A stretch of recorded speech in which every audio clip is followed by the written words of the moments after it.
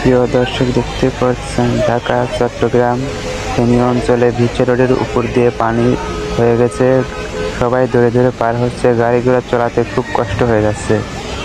দেখতে পাচ্ছেন খুবই কষ্টে আছে এদের অঞ্চলের লোক।